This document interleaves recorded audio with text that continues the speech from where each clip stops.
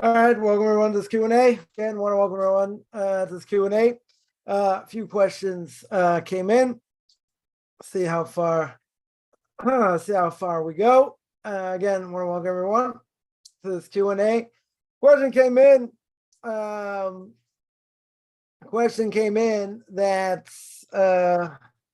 whatever in Tehillim by King David, it says in the middle of speaking to God, King David pauses, addresses those people who are shaming him, teaches us, despite our trust in God, we must attempt to utilize natural means, try to resolve issues without the need for supernatural intervention. Yeah, so the question basically was, what does that mean? What is it telling us over here? The simple explanation is that there's a difference of opinion between Rav Elijah of Vilna, the Vilna Gaon, and the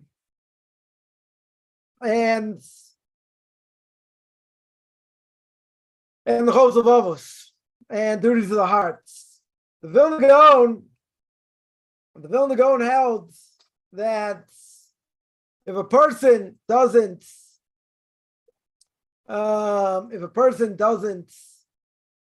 let's say go to the doctor in general, in all their needs, they don't put their best foot forward, right? They never put their best foot forward. What do? They rely on God. In other words, they get sick, they don't go to the doctor.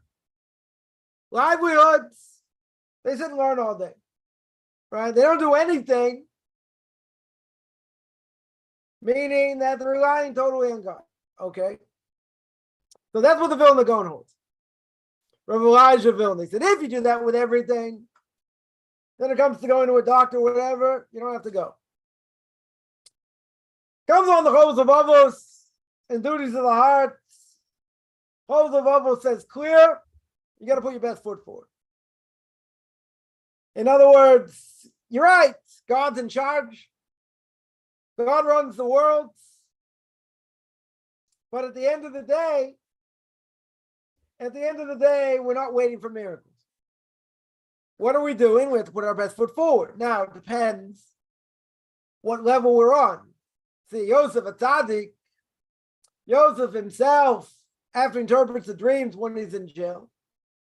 So he tells the wine steward, he tells them, after he interprets the dream, that you're going to go back to Pharaoh, you're going to have your old job back, don't forget about me. Tell him, I was a Hebrew slave, I was a Hebrew, I was taken as a slave, this, that, the other thing, and don't forget about me. So at the end there, it says that not only did he forget, the wine steward didn't remember. Right? So Rashi, the others say, what do you mean? If he didn't remember, he forgot. Right? That's obvious. Either you tell me one or the other. You don't need to tell me both. So what happened? Because Joseph put his best foot forward, which for any of us wouldn't have been a problem. He's saying, tell Pharaoh not to forget about me. I'm stuck in this pit, stuck in jail, right over here. Right? For him, that was a sin. Why? Because he was at a much higher level. Much, much higher level. So because he's at a much higher level, he should have relied on God more. But for anybody else, right, the Chos of Avos says you have to put your best foot forward. I mean, you're not going to get the answer you want. But you have an obligation to put your best foot forward. The Vilna Gaon helps. And again, I don't think anybody's holding that way in this generation. He said if you never put your best foot forward, you always 100% rely on God for everything. That's a different issue. You don't have to go to doctors. You don't have to do anything for livelihood. God will take care of your needs. Because you rely on Him for everything. If you're at that level. But see, nobody's at that level today. Right? So nobody would hold like the Vilna Gaon. They would hold like the Chos of Avos. And the fact is, you got to put your best foot forward. That's it. That's what we have to do. So the question is, even though we trust in God, yeah, we have 100% faith, no question, but you have to attempt to utilize the natural means, right? That's what he's saying. We have to put our best foot forward. We have to try and make connections, other things, whatever it is. That's what we have to do. That's exactly what we have to do. It doesn't God run the world? Isn't God in charge? God's in charge. 100% God's in charge. And even if God answers us, and God takes care of whatever the issue is, it's going to be hidden within hiddenness. It's not going to be direct. Not going to be any direct result. No open miracle. Last open miracle, according to us, was miracle of Hanukkah. Yeah. Someone asked, what about the 6-day war?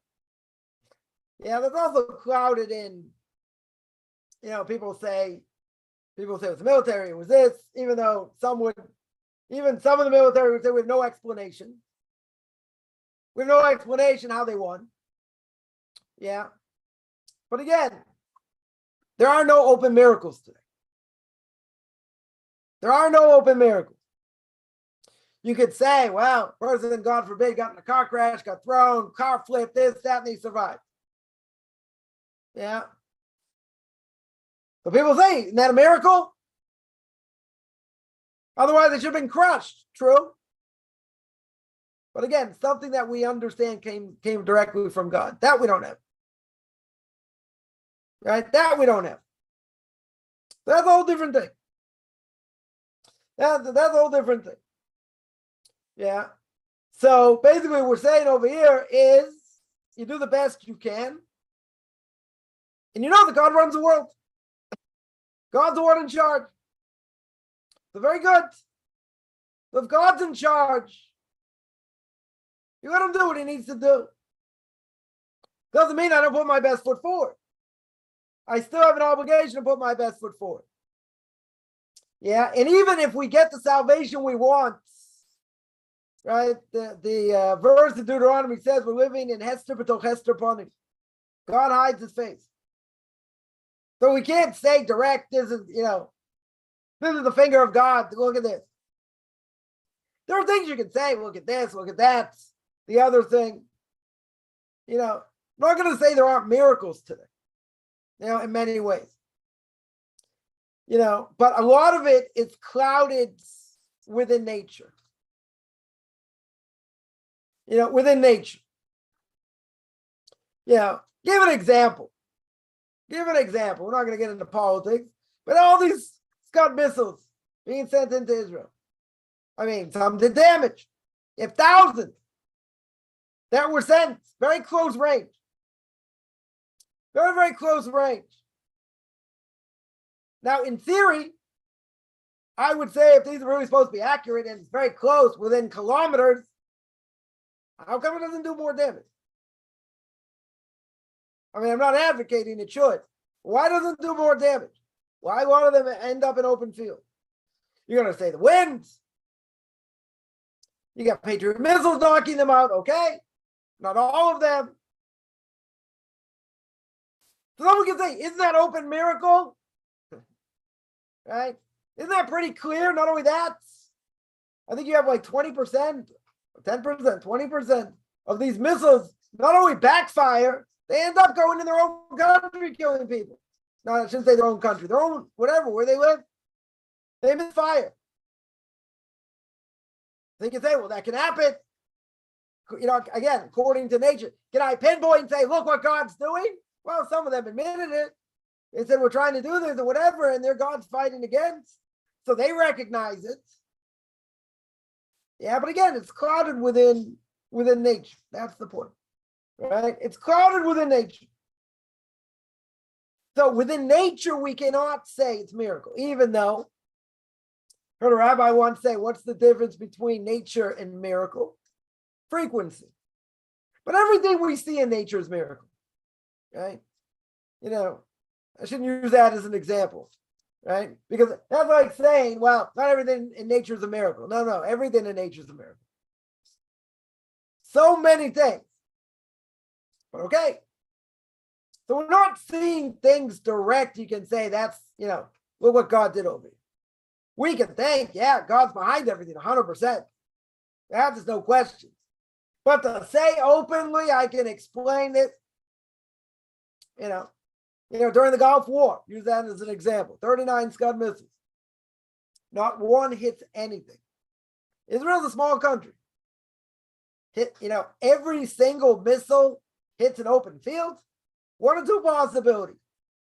Either you got the stupidest people in the world shooting the missiles, even though they're very accurate, right? That could be, right? Or you got to say something else going on over here. This is just not natural. And this does not go according to nature's laws at all. Can you say open miracle that everyone's going to see God's fingerprint? No, that we can't say. I mean, that's what it is. I have no other explanation. No other explanation. You don't hit a fire hydrant. You don't hit a building, God forbid. You don't hit a parked car. Something. 39 hit nothing. I'll take those odds. I put all the money I don't have and said that'll never happen. Never. The 0.000% chance. Zero. But you can't say, we don't have prophets today. The prophets that we have today are either little children or imbeciles. We don't have prophets. Spoke about that actually last weekend. No-eyed laws for no-eyed nations. Yeah, we don't have prophets. So we don't know. We can say, look what God's doing over here. Yeah, can we say 100%? Right? Can we say 100%? You look at open miracle, that's what I mean. Open miracle, there are miracles. I'm not saying that, right? I don't want anyone to misinterpret. I'm not saying these are miracles. They're miracles. Definitely miracles. Yeah. They're not the open miracles like what happened in Egypt. That's the difference. Or what happened during the first temple. Huge difference. Huge difference. We can say, look, how do you explain this? There's a story. Scud missile, the Patriot missile didn't knock it off. This is a while ago. Didn't knock it off. What happened? Supposed to hit, a direct hit in Tel Aviv. What happened? Last second, a wind comes, knocks it out to sea. Knocks it out to sea. Everybody standing there said there's no way. Going to be all these casualties, this and that. Even secular people admit it. Right? Even secular people admit it.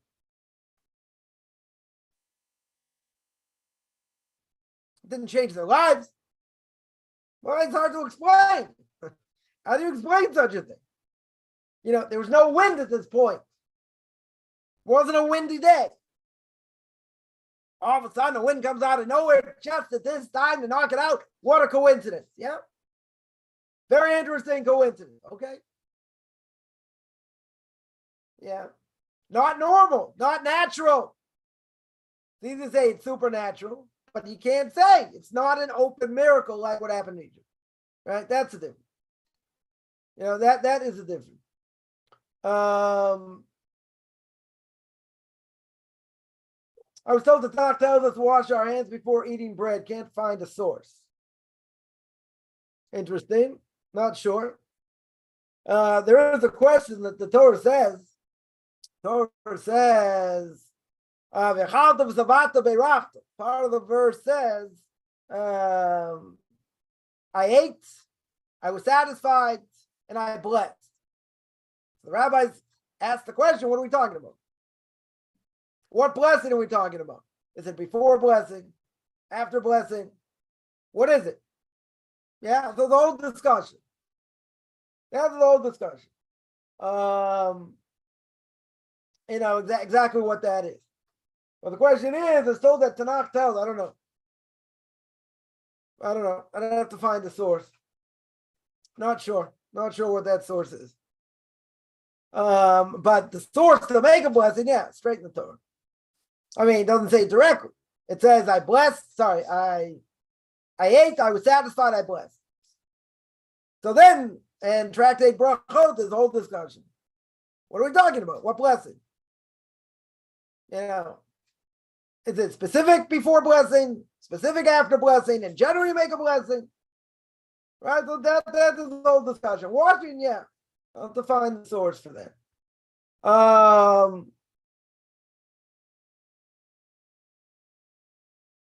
So imagine I never eat bread. Okay. If you never eat bread, you can eat bread that doesn't have gluten in it. Yeah. You never have bread. There's rice bread, there's cornbread, there's other types of bread. If you're allergic to all of them, then this wouldn't apply. You wouldn't eat bread. So what do you do on Shabbos? You don't eat bread. I know someone had an issue with that also. And it's not just there, it's not a question of gluten. I think there are other issues. They don't wash. I got an obligation to wash for bread. Can't eat it. Right? So okay, you don't get the mitzvah of washing for bread.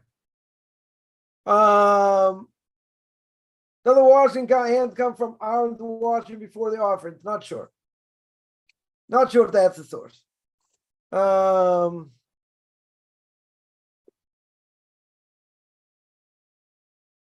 Not sure that's the source.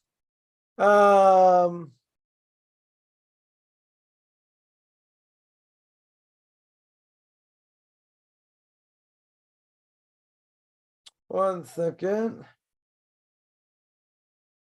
Let's see if there's a source here.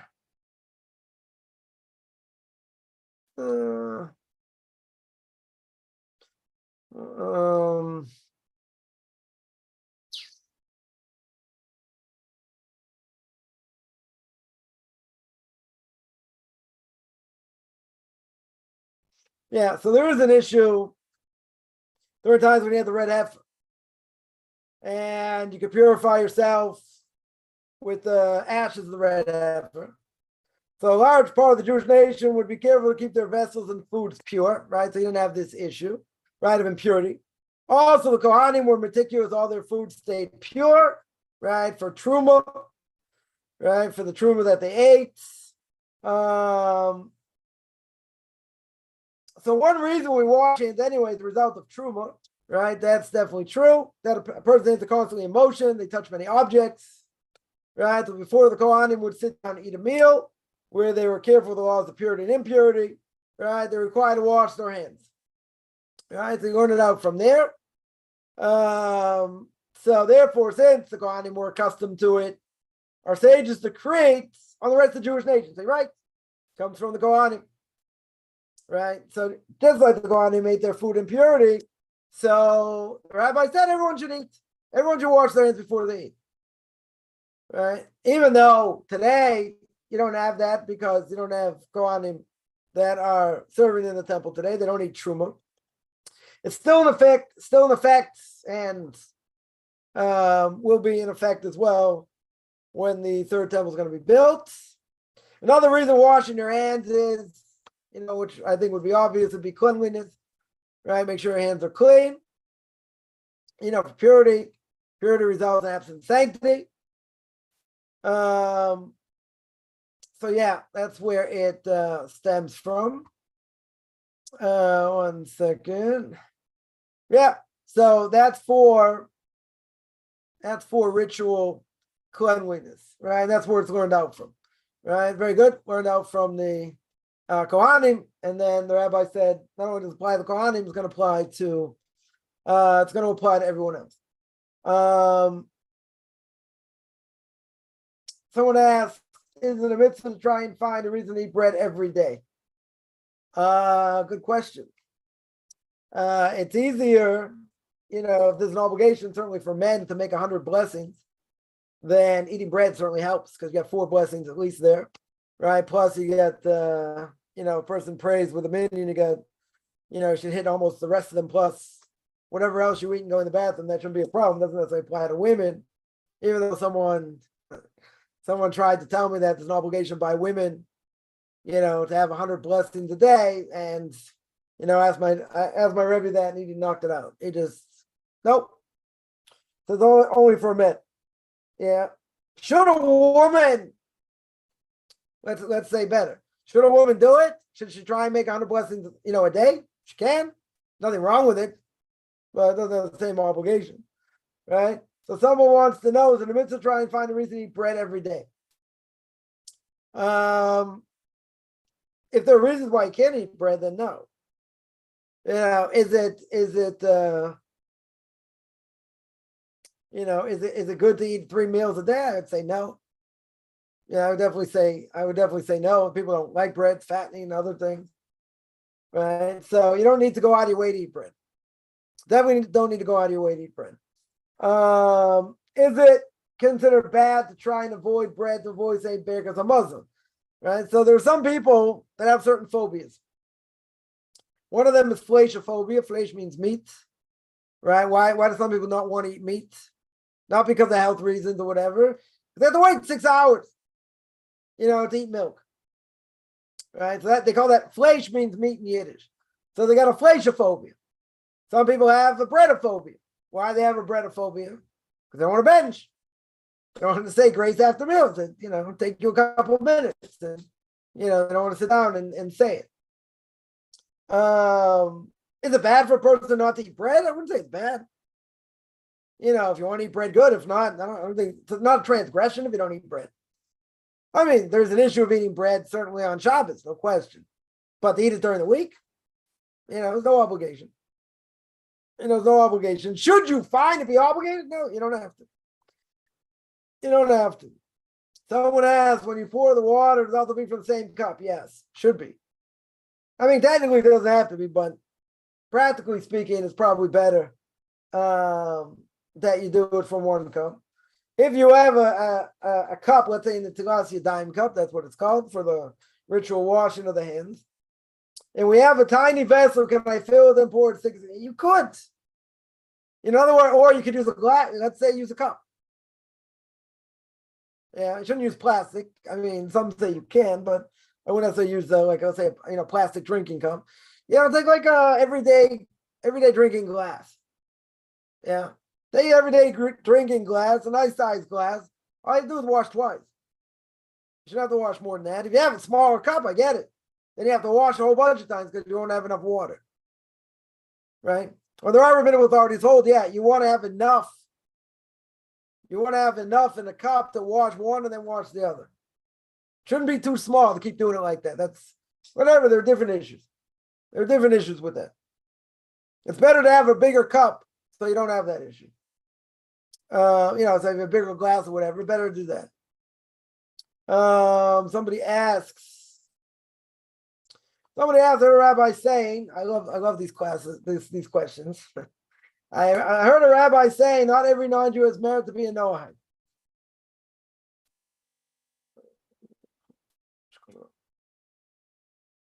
Yeah, would I agree? No.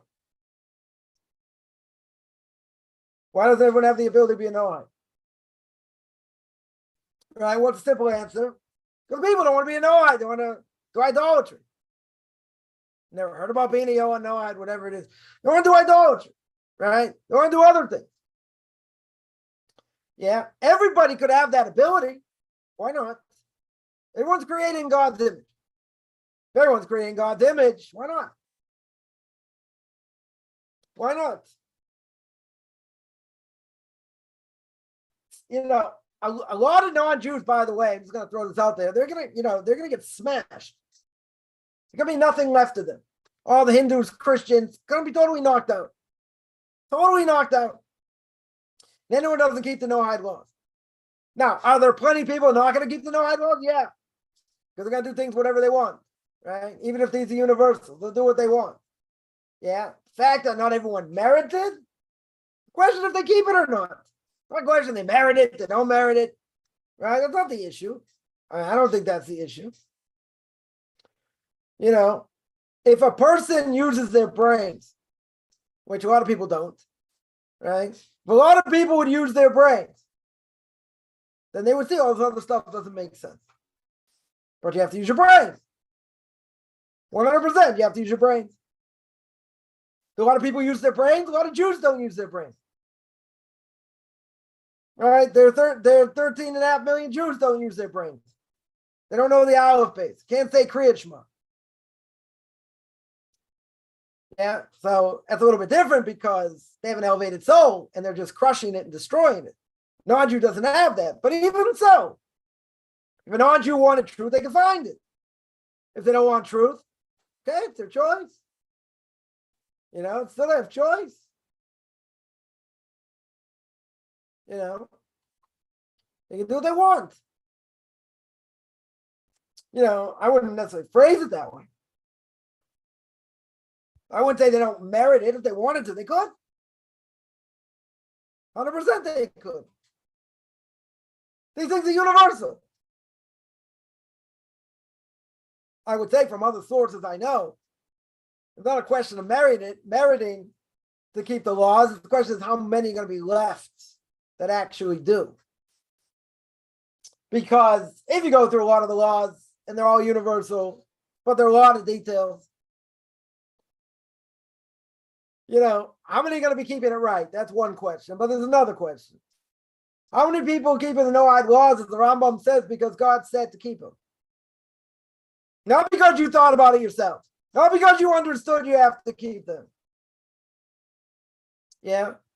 If a person does that and they keep the no-hide laws based on their own understanding, they're not called the Chasidi Umus Ha'olam. They're not called the righteous of the nations. Doesn't mean they won't have a portion of the world to come, but they're not called the righteous of the nations. So in such a case, I would say, from other sources that I know, there shouldn't be too many left at the end of days. It's not a question to merit or not a merit. I don't think that's the question. If somebody wants the truth, is God going to help them? Yes. Know what the Talmud says? Yeah. God will help them. And if they don't want the truth, God won't stop them. It's not a question of merit or not a merit. It's a question if they want truth. That's what the question is. Yeah. Someone says doing more commandments than optional. Eating bread is attached to the commandments, and you would think that by doing it, you get more credit. You say more blessings. It's true.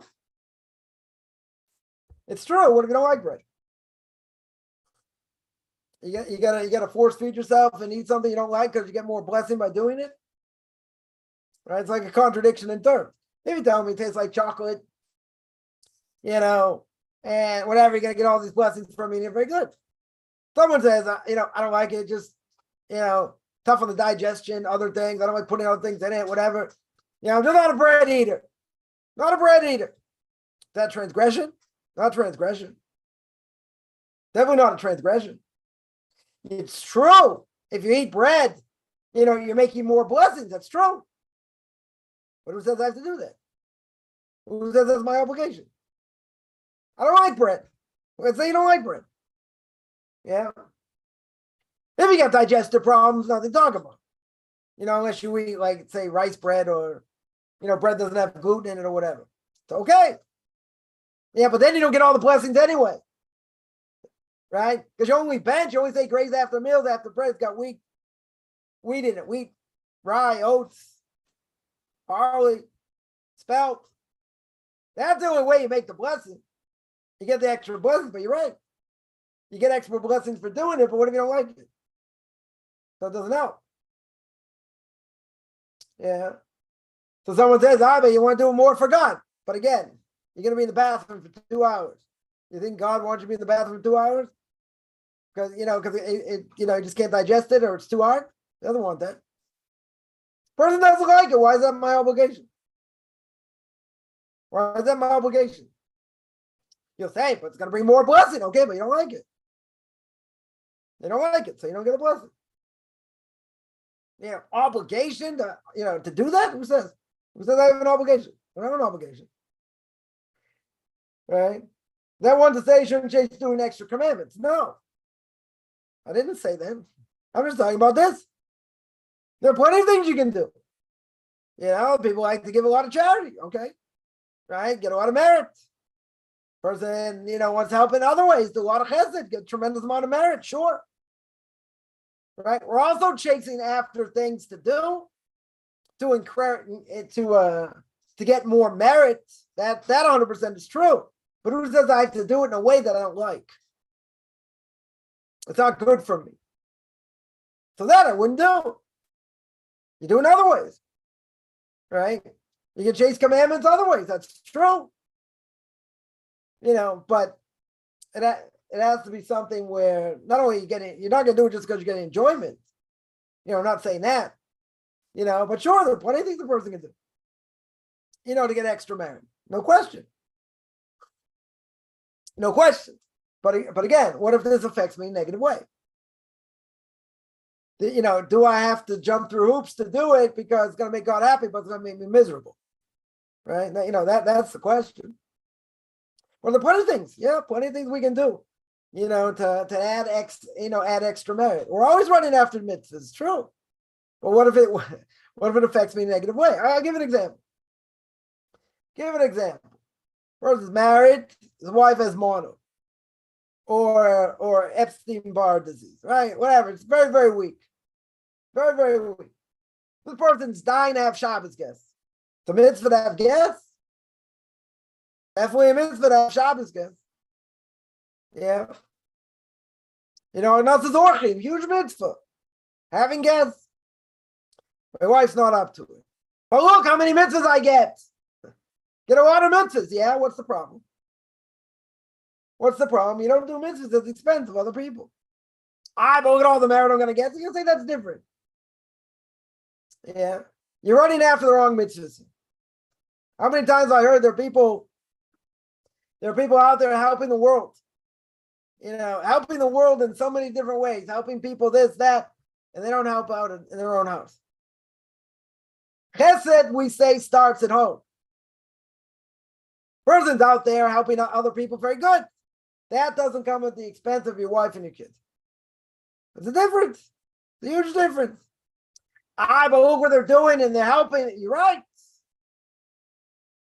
But if they slaughter their wife and the kids in the process, that person's nothing. Because you're doing things externally, even if you're doing it for the sake of heaven, good. Yeah. But you can't slaughter your wife and your kids in the process. All right? That doesn't work. It doesn't work. So, at the end of the day, I'm not saying it's not for their benefit. I'm talking about something where it's negative. It's a negative thing.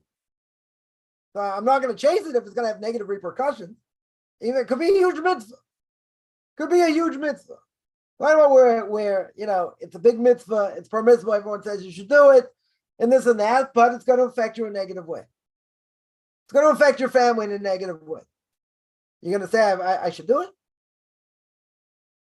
There were people that would take in people, stay overnight, give them meals. And some of these people hadn't bathed in weeks, months, stunk to high heaven. So there are real righteous people out there that would do it. I don't think most people would do it. They wouldn't do it. I have to do that at the expense of my wife and kids. They can say about it's a huge mitzvah. You're right. It's only a temporary thing, and the smell in it. You're right. How far does it go? It's a good question. How far does it go? If I were to take a survey, kind of like surveys. If I would take a survey, take 100 people, 1,000 people, and say, you have an opportunity to help this person, feed them, haven't eaten in days, this, that, and invite them to your house, etc. Yeah, but there's an issue. It's called hygiene. It's a major issue. Out of 1,000 people, how many people would sign up to do it? Person's dirty, filthy, smells. Person's going to invite him into his house? So you're going to say, well, isn't that personal benefits? Person should have guests. Person should help out others. You're right. Sometimes it's very hard to do. It could be the even Kodesh telling you don't do it. Could be. Right? We're not doing it for ulterior motives. We're not doing it, it's a big mitzvah, so I should do it. Give me 1,000 credits over here. You take someone in that smells, you get 1,500 1 billion credits over here. What if your wife says, I don't want? You want to help him here? Take some food to him, this, that. I don't want him in the house. I don't know. He could have diseases, could have other things. Yeah. So you say that woman's not righteous. I don't know. Why would I say that? I wouldn't say that. There's a reality over here. There's a reality. Person can have who knows what. Person can have, you have no idea what this person could have. I should bring him into my house, expose him. Not my obligation. Necessary. You want to help in other ways, okay. There are extraordinary people out there. I'm not going to say not that would do it. Totally extraordinary people. How many people out of 1,000 would do it? It's a good question. Would it be, would you tell me 500 people would do it? Would you tell me it's 50-50? Tell me it's 80-20? I know some people that would do this. I don't think there's any question in my mind. I know plenty of people who wouldn't. They want to say those people are lacking, whatever. Say whatever you want. There are people who wouldn't do it. So it's not my obligation. I try and help in other ways, but they want it. Don't forget one thing, Shalom Bayis, family harmony is worth a lot. You don't do things because, this is such a big mitzvah and my spouse is going to go. No, you have to ask them, should we do this? Can we do this? Whatever, you throw it out there, yay, nay, whatever it may be, but not at the expense of someone else. Is it a big mitzvah to do? Yes, it is. 100%. Are the vast majority of people going to sign up to do it? I would think not. I don't think they would sign up to do it. I think some would. I think there's some extraordinary people out there. I know some of them, sure. And I have plenty of people who wouldn't do it. I don't think it's a knock on them. It's not that they don't want to do chesed. They don't want to do an act of love and kindness. This is a very hard mitzvah to do. It's a very hard mitzvah to do. How can we expect everyone to do it? Per se, you gotta, love a stranger like yourself and this, and, if you have to reicha kamocha, love your neighbor like yourself, love your friend like yourself. So limit. Not across the board, not 100%. There's things, you say, so someone will say, that's being selfish. You're only looking at it in certain terms. I don't know. You know what the person has or doesn't have. Could be a health risk. Could very well be a health risk. Right? I know someone, not well, I see this person a lot though, right? Basically he's homeless. Could have a home he doesn't want, and whatever, he's got mental issues, different things. So in the winter, you sleep on a bench in a shul or this or whatever, and it's cold, it's uncomfortable. Here's this person cough. Who knows what this person could have? Who knows? Think of that, that reason alone, wear a mask around this person. Yeah, you have no idea. Yeah, here's this person cough. Feel like his whole lungs are coming out. Yeah. I should invite him to my house? Well, first of all, he got mental issues. That's a different issue. That's a different issue. There are people who do that also. As long as the person's not violent, they might have certain issues, but there are people who do that also. Less of an issue, I think. Yeah. Does God expect me to be righteous to do that? And personal hygiene is not worth anything? Yeah. Yeah. Every time the person coughs, no one knows what's coming out. It's not good for anybody. It's not good for the person, for themselves, for sure. But to be around other people? Wouldn't say that. When someone asks, is it worth the benefit or skip the extras? Depends what it is. Now, a person can say, well, we're lazy, we're finicky, we're this, we're that. About doing things. We only think of ourselves. Well, that's what we think about. That question, is it worth it to do? Everyone's going to say, of course, it's worth it to do. Bring them in, help them, feed them, try and do whatever you can, for sure. That is no question. Question is about how far does it go? Yeah. And there are people that'll go out of their way for others like no tomorrow. So it's not about, skip the extras. Not about skip the extras. We try and do as much as we can. Try and help others, whatever it is. We try and do as much as we can. Okay. Can't do everything. But there are certain things. It's not going the extra mile. You don't feel comfortable doing it. Now, you can tell me it's a lack of Emuna, it's a lack in a person, but who says I have to do that? I can help them in other ways. I have to bring them to my house, expose everybody. Why? Who says I have to do that? There will be people that'll do it, that'll go way the extra mile. And there are people that, in their lives, they do whatever they can to help others and this and that. True. So it's not a question, is it better to do the extra or not? We do whatever we can to help others. And if you can't help, we can't help. Someone comes, they're making a wedding, they're down and out, they're having difficulty, this and that. You can't help them. You never have money to help them. So, give them a little bit of money, whatever, right? But what's more important? Give them a good word, give them strength. You can't help them with money. Yeah. Or even money that they need. Give them a little bit of money, whatever you can do. Whatever a person can do. So you limit it, fine. Doesn't mean I can't give them a good word. Can't give them strength. Can't give them help in other ways. We should help people, there's no question. Right? There's no question. And the benefit is huge. For sure. I'm just saying there's certain things some people may feel uncomfortable doing. And you can tell me it's a lack of Emuna in them. Okay. Maybe it's a lack of Emuna, but it's not about just going the extra mile. There is other issues. Marital harmony is a big issue. Person's spouse doesn't want it. They don't want it. Can't force them. What a big mitzvah, this, that. They don't want it. So you have a discussion. It's not going to go. It's not going to go. You don't do it on the account of someone else. But doesn't it help and boost your spiritual? Sure, a lot of things do. Right? But not everyone's going to be able to do. There are people out there, give an example. There are people out there that don't like to have guests.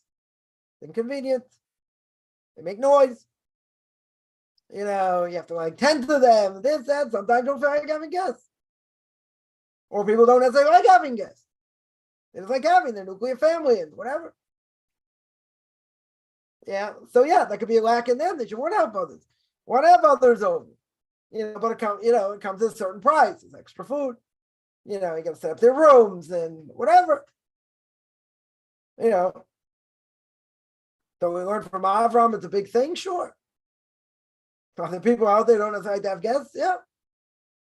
There are people like that. So you can say that's a lack in them, okay. Right? It's not about, I'm not saying it's about convenience.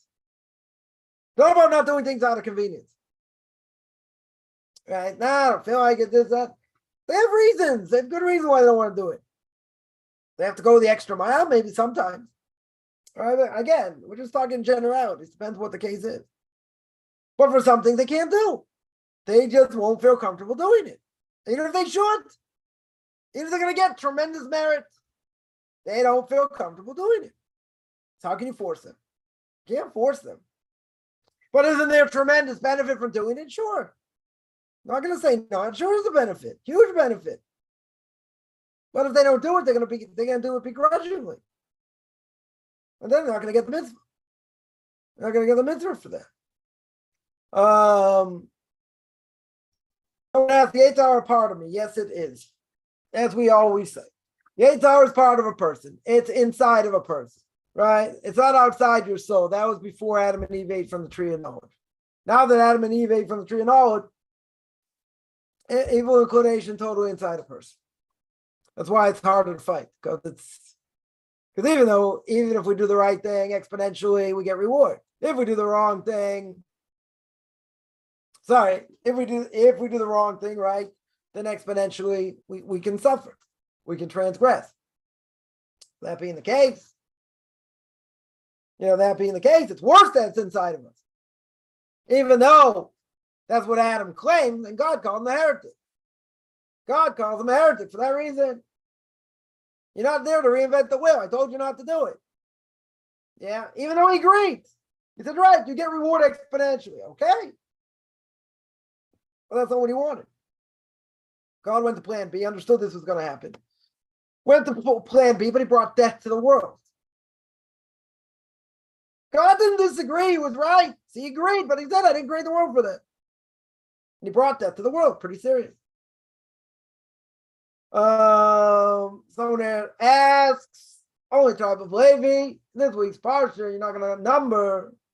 It says, let these not be included, for they are mine, right? Into the golden calf. Yeah, why did Aaron have to bring gold for the golden calf? Yeah, he was asked. The commentaries over there in the book of Exodus go to town to try and explain why it wasn't a sin. He was stalling. Further, I never thought the women would ever take off the jewelry, and he was stalling until Moshe Rabbeinu got back. Yeah, he was stalling over here. So the tribe of Levi didn't sin. So really, technically, by Aaron Cohen, as the commentaries say, he didn't sin. He tried to stall. He tried to do other things. Yeah, Moshe Rabbeinu comes down. He's like, what happened over here? But they're stiff-necked people. I tried this. I tried that. It didn't work. And so really, he didn't sin, even though it looks pretty bad. Even though if you look at the language, of what it says, what the Torah itself says, and then you see what the commentaries do, it's incredulous. Why? Because it seems pretty clear. It was idolatry. Some of the commentaries say it wasn't idolatry. Yeah, and the part that Aaron had in it was something minuscule at best, according to the commentaries. But he didn't sin over it. Essentially, it wasn't a sin. Right? That's the Even though, if you look at the verse again, someone's going to say, I have an art school translation. I got a very good translation, okay? And it seems clear as day he's guilty. Yeah, that's the way it seems from the verses. I'm not going to disagree. That's the way it seems. But the commentaries jump through hoops in many ways to show that wasn't the way. That wasn't the case. Totally wasn't the case. It says it didn't say it. But first of all, even when he said, bring their jewelry, he never thought in a million years they would do it. But the whole point of what he was doing was to stall. Until Moshe came back. Someone asked, should we learn all 4 blessings after the meals or just read them in Hebrew and English? You learn them. Definitely should learn them. You should understand what you're saying, at the very least. That's no question. Even if you don't eat bread, right? That's the question. If you don't eat bread, yeah. Listen, there are a lot of things that we learn that have no practical ramifications, but you learn it also. Blessings you have to know anyway. There's stuff you eat, otherwise you starve to death. Right? It's okay. You don't eat bread. Yeah, very good. Right? So you don't eat bread. So you can understand what it means. Yeah, what the blessings are and all that, fine. Even if you don't eat bread. Right? So for you, it's not practical. So even if it's not practical, still things we learn, even if it's not practical. Someone asked, I think women today are the spiritual levels of women back in the days. I bet Jewish women don't know their own Torah rights. Depends who you're comparing to. A lot, I've mentioned many times, there are 13.5 million Jews don't know Aleph Beis. They do not know how to say Kriyat Shema. Right? So you're not talking about those women. Those women don't know anything. Right? They don't know, and what they do know, they don't know. Yeah? They be talking about righteous women today. Are they in the level as righteous women years ago? No. They're not on the same level. Yeah, it doesn't mean not righteous. There are plenty of righteous women today. No question. They're not the same level. They're not the same level. So the person asks, will they be held accountable? Of course they're going to be held accountable.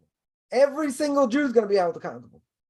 Now, if they grew up as a potato farmer in Idaho, no offense to anyone, the potato farmer grew up in Idaho, so they'll be less accountable. Yeah. But if they desecrated Shabbos, they married a non-Jew, ignorance is not bliss. They're going to be fried. They're going to be totally toast over here. Yeah, of course they're going to be held accountable. But for other things they do, they'll be held less accountable.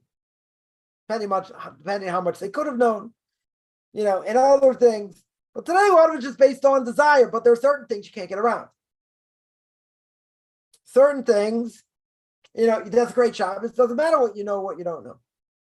You're toast. A person, God forbid, they're homosexual, they're toast. Yeah.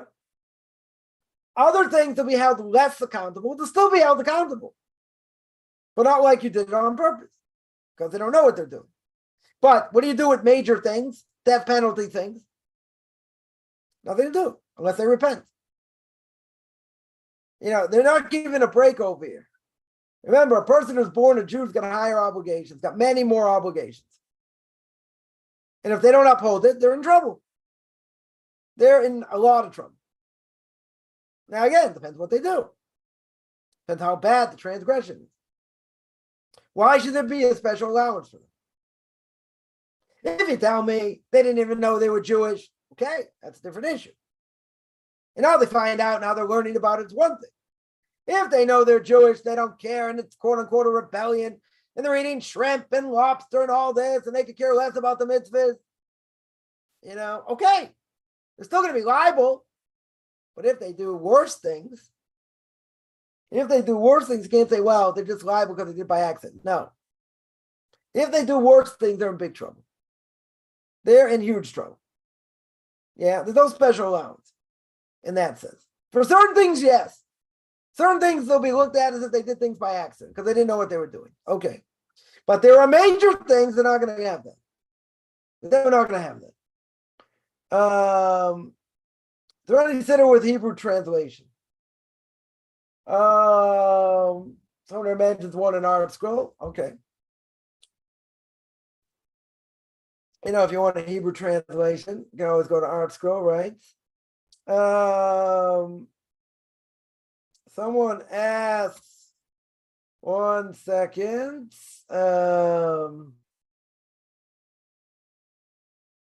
Someone says I have a spare room set up, but Hashem wants it. I have to have proper wisdom, right? You have to use it with wisdom, 100%. Yeah, you got to be careful. You have to be careful. Someone asks, what if one's process of converting is wearing kippah tzitzis and idol's family wants to copy them and go to their church? Oh, good question. Good question. You should tell them they have to speak to a proper rabbi before they start doing things, before they start copying and whatever. Someone in the process of conversion, person wants to wear yarmulke and tzitzis, prayer shawl in synagogues, one thing, right? Person in the process of conversion. Yeah. Someone's on the process of conversion, they say, wow, I want to see what it's like, this and that. No, I'd say no. I'd say, listen, either you want to be in the process or you don't want to be in the process. And if you have a lot of questions, send them someone who can answer the questions. But if they're going to come and copy you, yeah, that'd be a problem. That would, just to check it out, that'd be a problem. That I would definitely say it's a problem.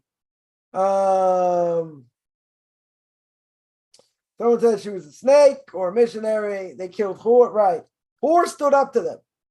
The mixed multitude, the Arab who wanted to make the egel. They killed him. Right. So Aaron says, if I do that, they'll kill me also. Right. So Aaron stalled. That's what he did. 100%. Right. Could be they would have killed them also. God would have probably stopped them, but yeah, I always had issue with this. Why did Hor die? He stood up to the Arab. Stood up sanctifying God's name. I don't have an answer. I have to see. I have to look into it. Yeah, but Hor was killed by a mob. True. Very, very true. Someone asked, what if they have trouble sleeping on their side because of back problems? And every time they sleep on the stomach or back, he gets a visit from a Satan's wife in a dream. Yeah, so that's a problem. That's why some people, mostly by Chabad, wear tzitzis when they go to sleep. So they don't have a nocturnal emission. That's the whole point of why you sleep on your side. But yeah, that's I don't have a good answer for that. You have to figure out a way to sleep where not going to give you back problems. But that's exactly the issue. But there are people, I think it's only by Chabad. That's one of the reasons why they sleep with tzitzis on. I don't know if all of them do it. I'm not sure. But that's why some do, for that reason. But yeah, if you have trouble, or else sleeping on your stomach is a problem also. Yeah, it's definitely better to sleep on your side. If you can't sleep on your sides, yeah, you got to be very careful. You have to definitely be very careful. Someone asked, they're in the prayer book that what you have to read. You have to read the prayers, not memorize them. Yeah, it's better not to memorize them. Some things I think, let's say after blessings, I think are good to memorize because if you're stuck, you don't have a prayer book or you can't look it up, whatever. So it's good so you don't make mistakes. Rav Yehuda Zev Segel, a blessed memory, the Manchester Rosh Yeshiva, he used to say every prayer in a prayer book. Yeah. You always see him with a picture of the prayer book and his face in the prayer book. Yeah, praying or making blessings or whatever. Why? More intention. Person get distracted if you say it by heart. So I would say, like certain after blessings, are good to say by heart. You don't necessarily need a prayer book for them. Grace after meals, I would say not that way. That shouldn't be said by heart. You might make a mistake. Right? Or by Michia, same thing. But certain prayers should not be said. They definitely should be said in a prayer book. If you're praying, for sure. If you don't have a prayer book, it's one thing. But yeah, better to have concentration doing it that way.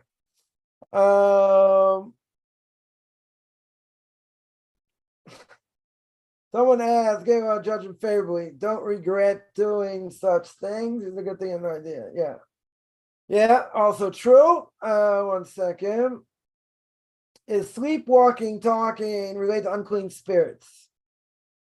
Is there any other cause? That I can't answer. I don't know. I don't know if that has anything to do with unclean spirits. My first guess would be no. Doesn't have anything to do with that. Because most likely unclean spirits are not coming to us in general. Right? And a lot of these things don't mean anything anyway.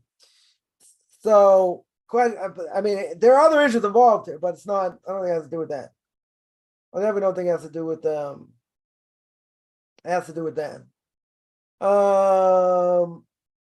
Someone asked, someone tried to speak to a woman who on special heritage was. Someone else said back off. No, you're not. Propaganda never goes to waste, right? They probably think you're trying to missionize.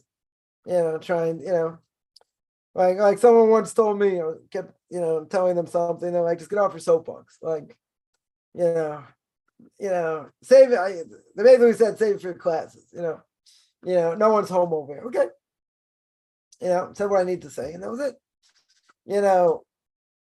Someone's gonna say back off, you don't have to listen to them. It's not a bad thing. Trying to teach someone a little bit about their heritage, or at least understand a little bit about their heritage. Yeah, nothing wrong with that. Yeah, let me see other questions here. 1 second.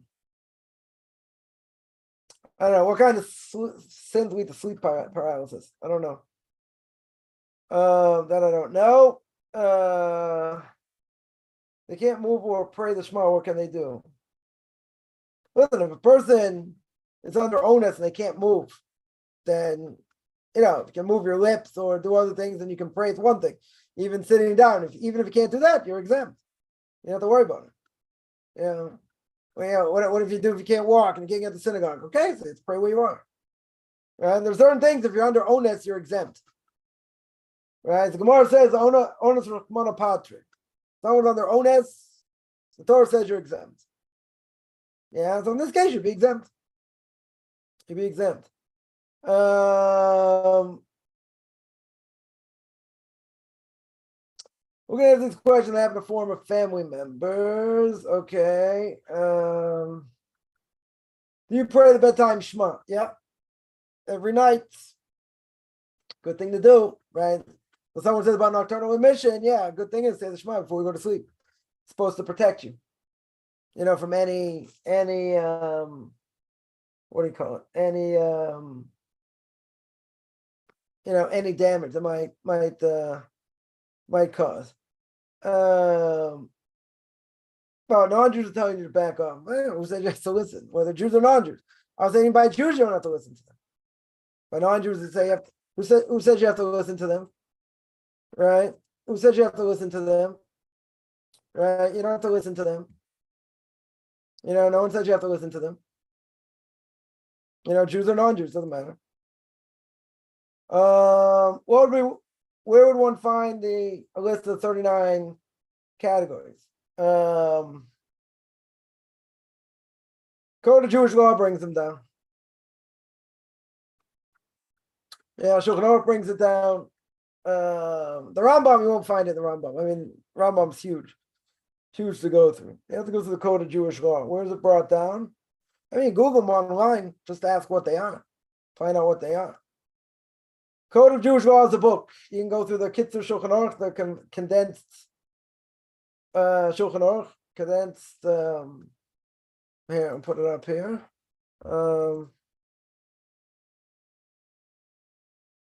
The condensed version of the Shulchan Aruch that'll have a lot of it in there as well. It's Hebrew and English.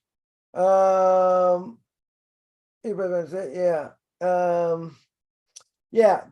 saying the Shema, saying the bedtime Shema before we go to sleep. Yeah, it's supposed to stop all this.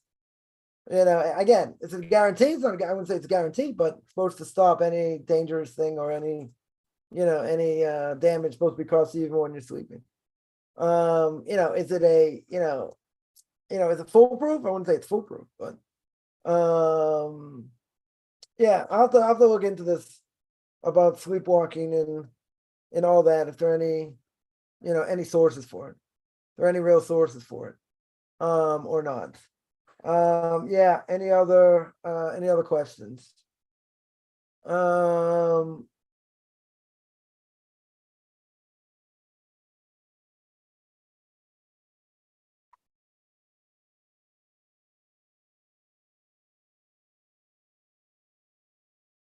All right, I'm gonna stop here. It's every Tuesday and Thursday, 10 o'clock Eastern time, 5 o'clock Israel time. Anyone has any questions, find me on Facebook at Michael Chaim Kaufman, Beyond Orthodox Conversion Judaism, or Beyond Orthodox Conversion Judaism on YouTube. I got videos there in the Torah portion of the week, Q's and A's, Pirkei Avos, ethics for our fathers, controversial issues, or orthodoxconversion.com, or you send me an email, rabbichaimkaufman@gmail.com, RBBI CHIMCOFFMAN @gmail.com. Wish having a good beginning of the day, middle of the day, or end of the day.